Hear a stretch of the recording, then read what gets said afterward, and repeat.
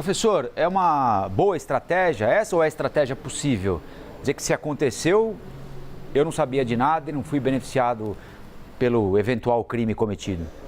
Bom dia primeiro, bom dia Uribe. É interessante, né? Os advogados estão fazendo o papel deles, é isso mesmo, né?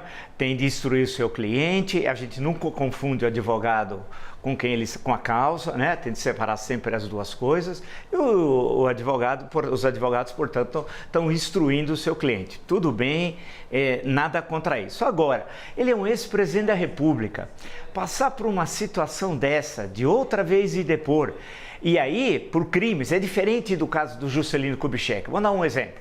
Depois, quando começou a ditadura militar, quiseram humilhar o ex-presidente Juscelino Kubitschek, que tinha sido, junto com o Getúlio Vargas, os dois maiores presidentes da República do século XX brasileiro, quiseram humilhar-o diversas vezes. Convocava a todo momento no Rio de Janeiro para depor, pelas razões as mais absurdas. Inventava o IPM, Inquérito Policial Militar.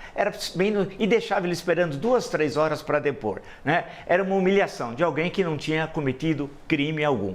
Não é o caso do... Tudo indica, os indícios, a velha questão do Dr. Eli Lapis Meirelles, quando os indícios se associam de tal forma que acabam se transformando em prova. Então ele vai...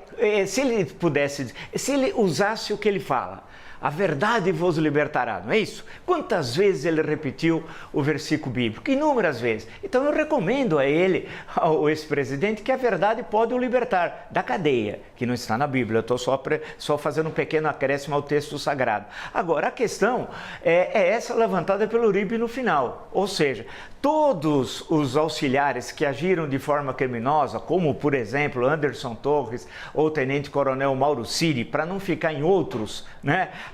Agiram por moto próprio, sem comunicar ao chefe? Claro que não. Aí a discussão da teoria do domínio do fato, que vai estar muito presente esse ano e o próximo, pode registrar, do grande jurista Klaus Roxin, né? que é o que foi utilizado fundamentalmente na ação penal 470, no processo do mensalão. Isso foi diversas vezes citado, daí que eu fui procurar o jurista, fui ler, estudar um pouco, para saber no que consistia a teoria do domínio do fato. Ou seja, você não... Um exemplo, em momento algum você tem algo explícito que o Hitler disse para eliminar os judeus em campos de concentração, em câmaras de gás, de forma explícita, literal. Não há.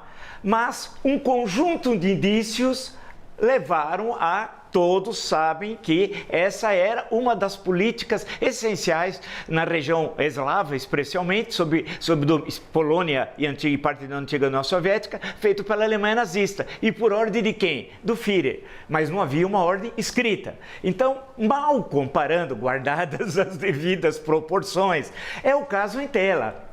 Evidentemente, a carteira de vacinação, a minuta do golpe, os acontecimentos do dia 30 de outubro, né, da tentativa de impedir que os eleitores comparecessem às zonas eleitorais nos estados em que o Lula, no primeiro turno, tinha tido uma grande vitória, especialmente na Bahia, os episódios da diplomação do dia 12, né, os acampamentos, até hoje, vai uma hora a poeira baixar, vale uma tese, no mínimo uma tese de antropologia social, no mínimo, dos acampamentos. Se eu, Marco Antônio Villa, Colombo e Uribe, resolver acampar em frente ao quartel-general do Exército em Brasília, sabe quanto tempo vai durar esse acampamento?